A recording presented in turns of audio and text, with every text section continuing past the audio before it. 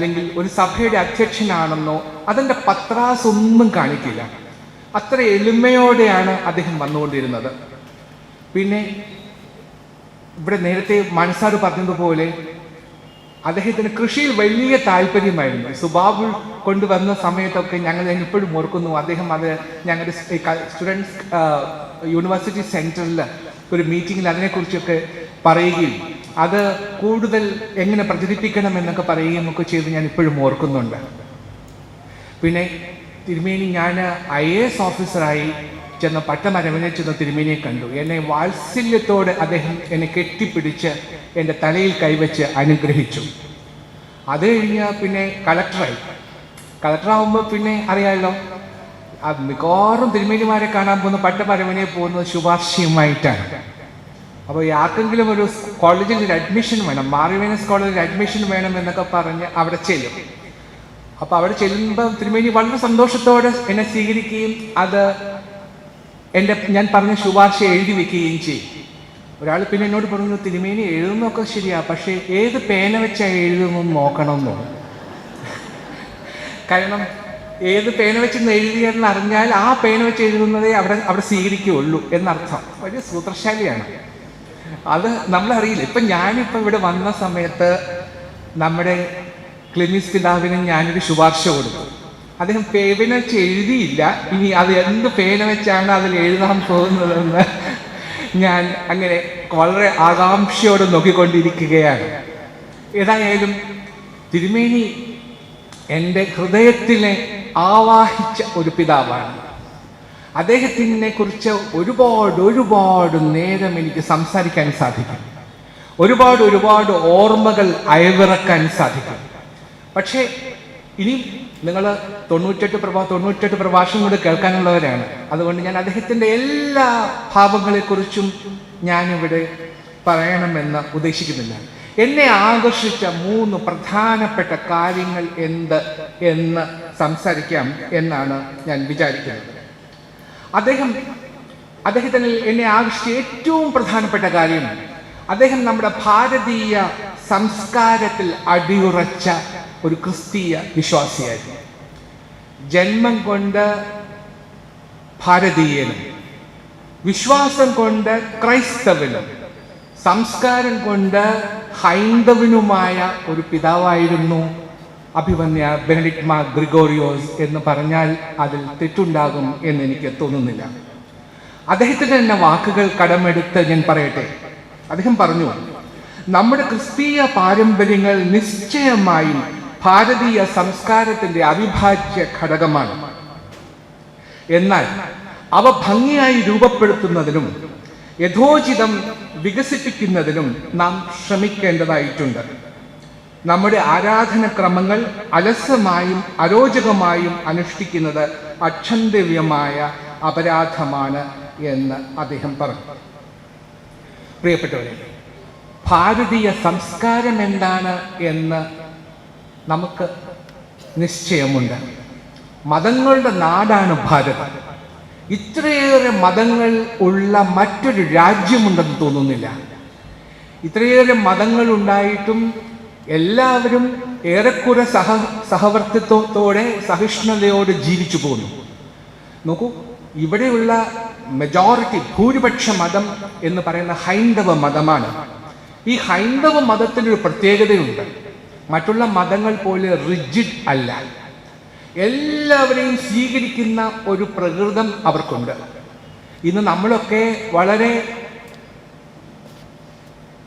സ്വാതന്ത്ര്യത്തോടുകൂടി നമ്മുടെ വിശ്വാസം പ്രചരിപ്പിക്കുന്നത് ഹൈന്ദവ മതത്തിൻ്റെ മഹത്വം കൊണ്ടാണ്, ആ സംസ്കാരം കൊണ്ടാണ്. AD 2-ാം നൂറ്റാണ്ടിൽ ജെറുസലേം ദേവാലയം തകർന്നപ്പോൾ ജൂതന്മാർ ലോകത്തിന്റെ നാനാഭാഗങ്ങളിലേക്കും ചിതറിപ്പോയി. അതിലൊരു ഭാഗം ജൂതന്മാർ ഇന്ത്യയിൽ വന്നു. അവരെ ഭാരതമാതാവ് 2 കൈയും നീട്ടി സ്വീകരിച്ചു. AD 52-ൽ ക്രിസ്ത്യാനികൾ ഇന്ത്യയിൽ വന്നു.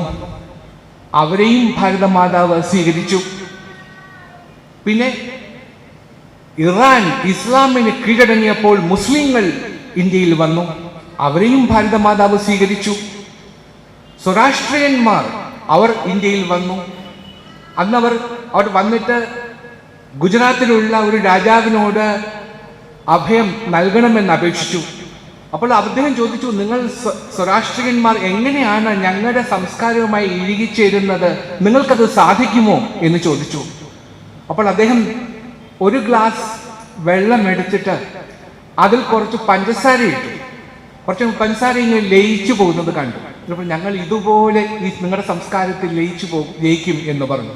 അങ്ങനെ അവരെയും ഭാരതമാതാവ് സ്വീകരിച്ചു. അങ്ങനെ നോക്കൂ, എല്ലാ മതങ്ങളെയും സ്വീകരിക്കാനുള്ള വലിയൊരു മനസ്സ് നമ്മുടെ ഭാരതീയ സംസ്കാരത്തിനുണ്ട്. ആ സംസ്കാരത്തെ നാം ഒരിക്കലും തള്ളിപ്പറയാൻ പാടില്ല. ആ സംസ്കാരത്തെ നാം ഉൾക്കൊള്ളണം. ഇതിന്റെ അർത്ഥം നമ്മുടെ വിശ്വാസം പണയപ്പെടുത്തണമെന്നല്ല, നമ്മുടെ വിശ്വാസത്തിൽ വെള്ളം ചേർക്കണമെന്നുമല്ല. നമ്മുടെ വിശ്വാസം അതിൽ അധിഷ്ഠിതമായിരിക്കണം. സോക്രട്ടീസും ഒരു ഇന്ത്യൻ ഋഷിയും തമ്മിലുള്ള ഒരു സമ്മേളനം അരിസ്റ്റോക്സെനസ് എഴുതിയത് യൗസേബിയസ് അദ്ദേഹത്തിന്റെ എക്ലീസിയാസ്റ്റിക്കൽ ഹിസ്റ്ററിയിൽ ആവർത്തിച്ചു പറഞ്ഞിട്ടുണ്ട്. മനുഷ്യന്റെ വ്യക്തിത്വ വികാസത്തെക്കുറിച്ച് ചിന്തിച്ച സോക്രട്ടീസിനോട് വ്യക്തിത്വ വികാസം പൂർണ്ണമാകണമെങ്കിൽ ആത്മീയ വികാസം കൂടിയേ തീരൂ എന്ന് ആ ഇന്ത്യൻ ഋഷി ചൂണ്ടിക്കാണിച്ചു. Human personality could not be fulfilled without adequate attention to the spiritual dimension of man എന്ന് അദ്ദേഹം പറഞ്ഞത് എഴുതിയിട്ടുണ്ട്. അഭിമന്യ ബെനഡിക്ട് മാർ ഗ്രിഗോറിയോസ് തിരുമേനി എവിടെയോ എഴുതി ഞാൻ ഓർക്കുന്നു. സോവിയറ്റ് യൂണിയൻ തകർന്നപ്പോൾ സോവിയറ്റ് യൂണിയന്റെ നേതാവായിരുന്ന ഗോർബച്ചേവ് മാർപ്പാപ്പ തിരുമേനിയെ കണ്ടിട്ട് പറഞ്ഞു, ഞങ്ങൾക്കൊരു അബദ്ധം പറ്റി. ആത്മീയ വളർച്ചയില്ലാതെ ഭൗതിക വളർച്ചയിലൂടെ ഒരു രാഷ്ട്രം കെട്ടിപ്പടുക്കാമെന്ന് ഞങ്ങൾ വിചാരിച്ചു. ആ മൗഢ്യം ഞങ്ങൾക്കിപ്പോൾ ബോധ്യമായി എന്ന് പറഞ്ഞു. നോക്കൂ, ആത്മീയ വികാസമില്ലാത്ത വളർച്ചയല്ല. എത്ര വലിയ ഭൗതിക വളർച്ച ഉണ്ടായാലും ആത്മീകമായ വികാസം കൂടിയേ തീരൂ. ഇത് ഏറ്റവും പ്രധാനപ്പെട്ട ഒരു കാര്യമാണ്. അലക്സാണ്ടർ ചക്രവർത്തിയും ഡാൻഡേമിയസും തമ്മിലുള്ള സംഭാഷണം 4-ാം ശതകത്തിൽ സെയിന്റ് ആംബ്രോസ് എന്ന ക്രിസ്തീയ പണ്ഡിതൻ ലത്തീൻ ഭാഷയിലേക്ക് വിവർത്തനം ചെയ്തിട്ടുണ്ട്. ഇന്ത്യൻ സന്യാസിമാരുടെ ലളിതമായ ജീവിത രീതിയിൽ അലക്സാണ്ടർ ചക്രവർത്തി ആകൃഷ്ടനായി. ഒപ്പം അവരുടെ ഉന്നതമായ ആത്മീയ ചിന്തയിൽ. ഇന്ത്യക്കാരൻ പറഞ്ഞു, ദാഹം ശമിപ്പിക്കാൻ വെള്ളം കുടിച്ചാൽ മതി, വിശപ്പടക്കാൻ ഭക്ഷണം കഴിച്ചാൽ മതി. എന്നാൽ ലൗകിക സുഖങ്ങളോടുള്ള ആസക്തി കൃത്രിമമായ ഒന്നാകയാൽ അത് ശമിപ്പിക്കാൻ ആത്മീയതയ്ക്ക് മാത്രമേ സാധിക്കൂ. ഇത് വളരെ വളരെ പ്രധാനപ്പെട്ട ഒരു കാര്യമാണ്. നമ്മുടെ സന്യാസിമാർ, ഋഷിമാർ, ഭാരതത്തിന്റെ ഋഷിമാർ, അവര് എങ്ങനെ ജീവിച്ചിരുന്നവരാണ്? മഹാകവി വള്ളത്തോൾ അദ്ദേഹത്തിന്റെ പുരാണങ്ങൾ എന്ന കവിതയിൽ പറയുന്നുണ്ട്, ഭാരതവർഷത്തിലെ പൂർവരാം ഋഷീന്ദ്രന്മാർ പാരിനുള്ള അടിക്കല്ലിൽ പാർത്തു കണ്ടറിഞ്ഞവർ, ഭോഗ നിസ്പൃഹർ, പരിത്യാഗൈക ദ്രവീണന്മാർ, അവർ തൻ വാസങ്ങളോ ഒറ്റപ്പുല്ലുകൾ കൊണ്ടും ശുഷ്ക പത്രുഖം കൊണ്ടും കെട്ടിമേഞ്ഞവയായ പാഴ്ക്കുടിലുകൾ അത്രേ.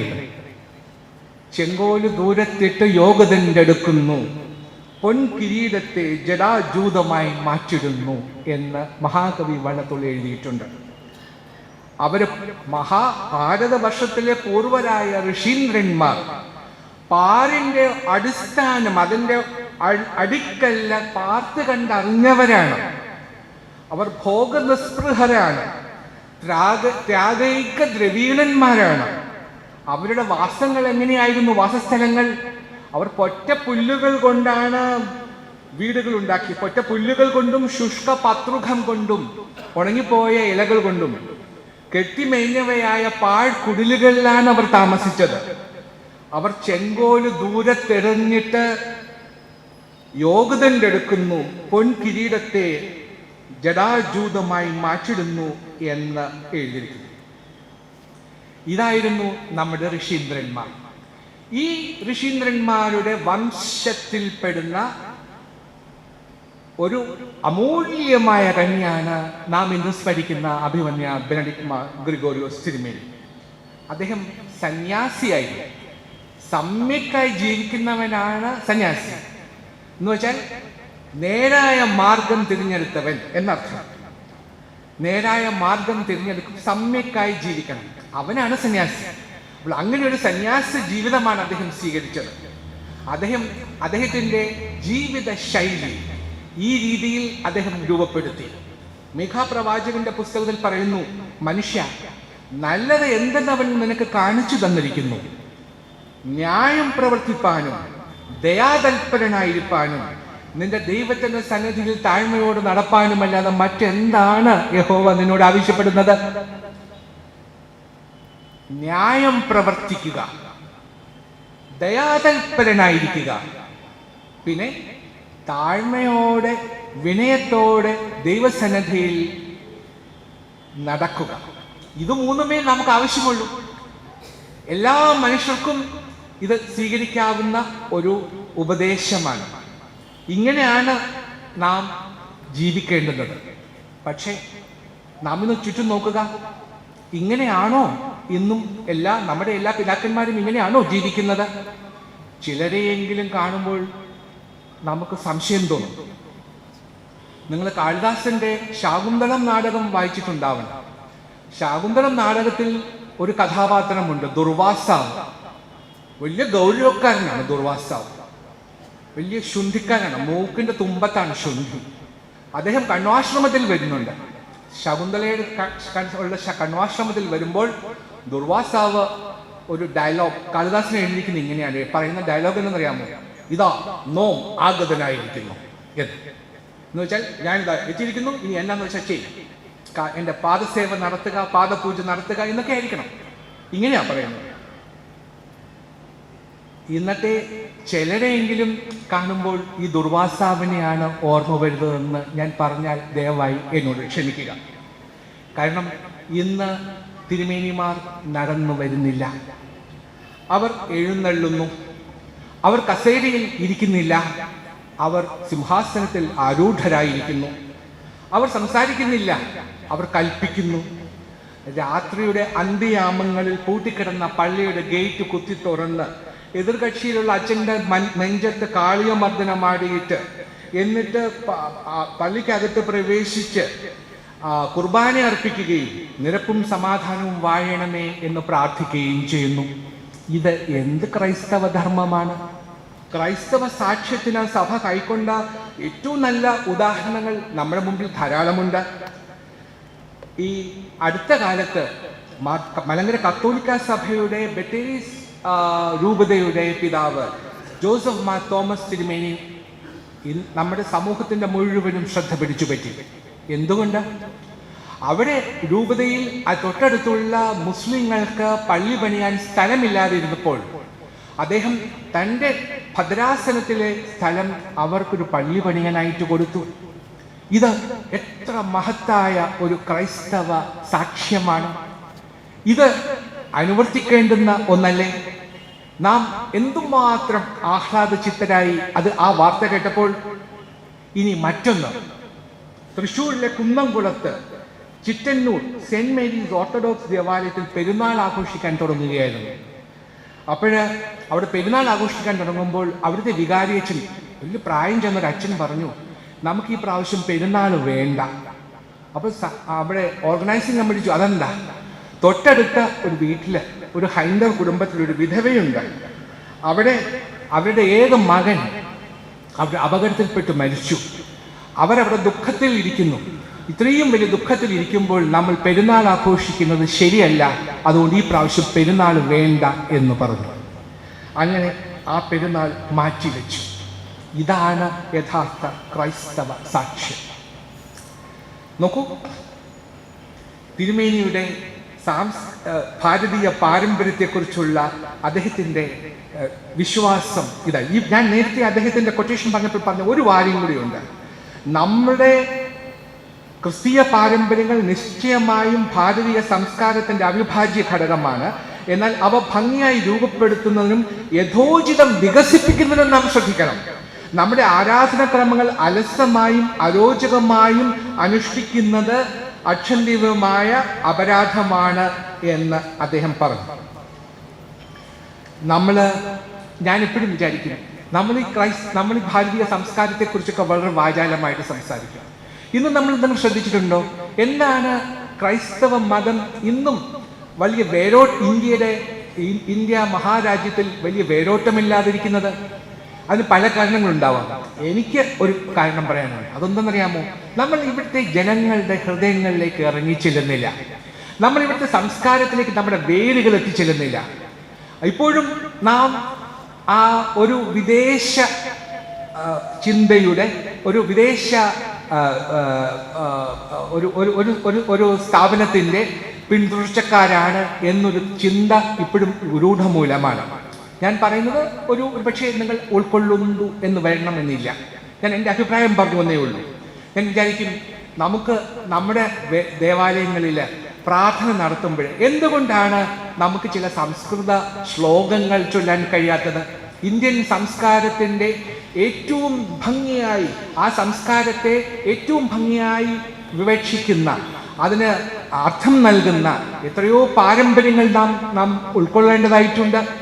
ഇന്നും നമ്മൾ ചില പാരമ്പര്യങ്ങൾ ഉൾക്കൊള്ളുന്നില്ല ഞാൻ പറയുന്നില്ല. നമ്മുടെ പള്ളികളിൽ ചെന്നാൽ കൽവിളക്കുകളുണ്ട്, നിലവിളക്കുകളുണ്ട്, അൾത്താരയുടെ നേരെ പടിഞ്ഞാറ് കുരിശ് വെച്ചിട്ടുണ്ട്. ഇന്നും ഗുരുവായൂർ അമ്പലം മുതൽ ഏത് അമ്പലത്തിൽ ചെന്നാലും ശ്രീകോവിലിന്റെ എതിർവശത്ത് അവിടെ കൊടിമരം സ്ഥാപിച്ചിട്ടുണ്ട്. എന്തുകൊണ്ട്? കാരണം ആരും ദേവനെ നേരെ നോക്കാൻ പാടില്ല, എല്ലാവരും ചെരിഞ്ഞേ നോക്കാൻ പാടുള്ളൂ. ദേവന്റെ ദൃഷ്ടി നമ്മുടെ കണ്ണിൽ പതിയാൻ പാടില്ല. അതുകൊണ്ടാണ് പഴയ പള്ളികളിലൊക്കെ പോയി നോക്കൂ, അൾത്താരയുടെ നേരെ എതിരെയായിരിക്കും കുരിശ് വെച്ചിരിക്കുന്നത്. ഇന്നിപ്പോൾ അതൊന്നും കാണാനില്ല, ഇന്നിപ്പോൾ എല്ലാം മാറിപ്പോയി. ഇന്ന് നമ്മുടെ പള്ളികൾ എത്രയും പ്രൗഢമാക്കണമെന്നും എത്രയും കൂടുതൽ പണം ചെലവഴിക്കണമെന്നും എത്രയും ആഡംബരം ഉണ്ടാക്കണമെന്നും നാം വിചാരിക്കുന്നു. അങ്ങനെ ഇപ്പം നമ്മൾ പോകുന്നത്. പക്ഷേ ഇങ്ങനെ ഈ ആരാധനാലയങ്ങളിലും നമുക്ക് എന്തുകൊണ്ട് നമുക്ക് കുറച്ചുകൂടി